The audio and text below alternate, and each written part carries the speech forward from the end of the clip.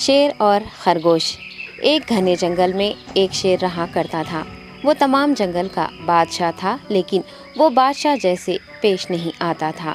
ہر دن بے رحمی سے جنگل کے جانوروں کو کھا جایا کرتا تھا۔ شیر کے خوف سے جنگل کے جانور چھپ جایا کرتے تھے اور خود اپنی بھوک و پیاس کو مار کر سخت مشکلات سے دوچار ہونے لگے تھے۔ اس طرح کچھ دن بعد جنگل کے تمام جانور ایک مقام پر جمع ہوئے اور شیر کے شر سے محفوظ رہنے کے لیے سب مل کر رائے مشورہ کرنے لگے۔ سب نے اپنی اپنی بات رکھی اور آخر میں ایک گیدڑ نے کہا، میرا خیال ہے کہ ہم روز شیر کے ہاتھوں مرنے کے بجائے ہم خود ایک ایک بار شیر کے پاس چلے جائیں۔ اس طرح روزانہ شیر کسی ایک کو کھا لے گا اور ہم سب اپنی اپنی باری سے چلے جائیں گے اور بلا خوف و ڈر سکون سے زندگی گزاریں گے۔ گیدڑ کے مشورے پہ تمام جانور رضامند ہو گئے۔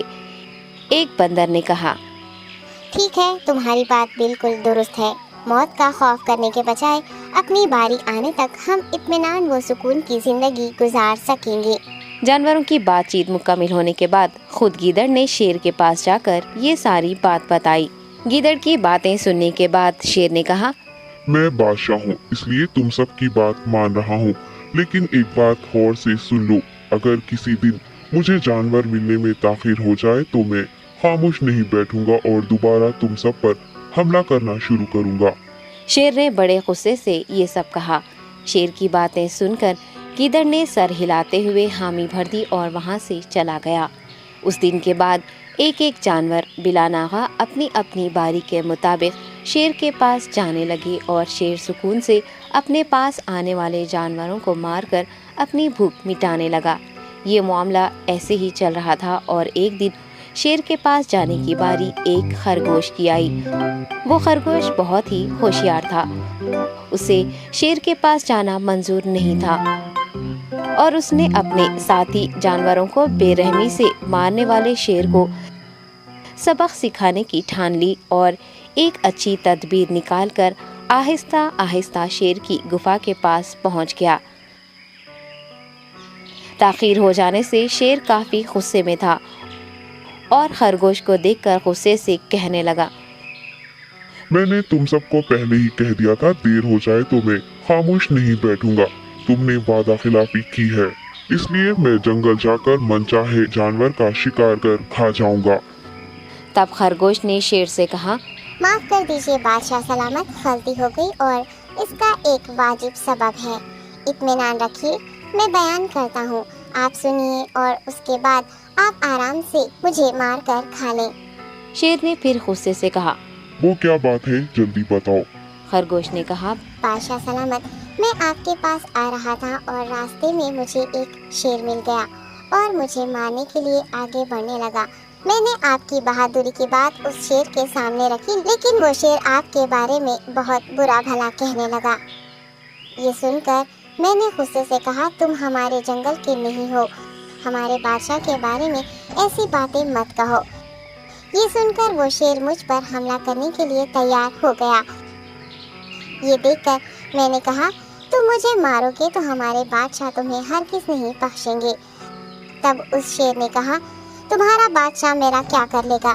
میں نے کئی ہاتھیوں کو اپنے پنجے سے مار گرایا ہے، تمہارا بادشاہ ہو یا کوئی اور ہو، میرے ہاتھوں بچ نہیں سکتا اور میرے سامنے کوئی ٹک نہیں سکتا، میں اسے ختم کروں گا۔ یہ سب بدتمیزی کرنے لگا۔ میں نے اس شیر سے کہا، تم ہمارے بادشاہ سے آ کر بات کرو۔ تب اس نے فخر سے کہا، میں کیوں آؤں؟ تمہارے بادشاہ میں دم ہے تو اسے ہی یہاں لے کر آؤ۔ یہ کہہ کر مجھے دبانے لگا۔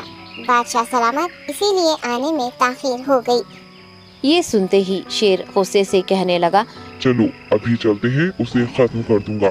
یہ سننے کے بعد خرگوش نے شیر کو جنگل کے درمیان موجود ایک کنویں کے پاس لے گیا۔ خرگوش نے کہا، بادشاہ اس کے اندر دیکھیے، وہ وہاں آپ کا بے صبری سے انتظار کر رہا ہے، آپ اسے اچھا سبق سکھائیے۔ شیر غصے سے فوراً کنویں میں جھانکنے لگا اور زور سے دہاڑنے لگا۔ تب دوسری جانب سے بھی دوسرا شیر دہاڑتا ہوا محسوس ہونے لگا۔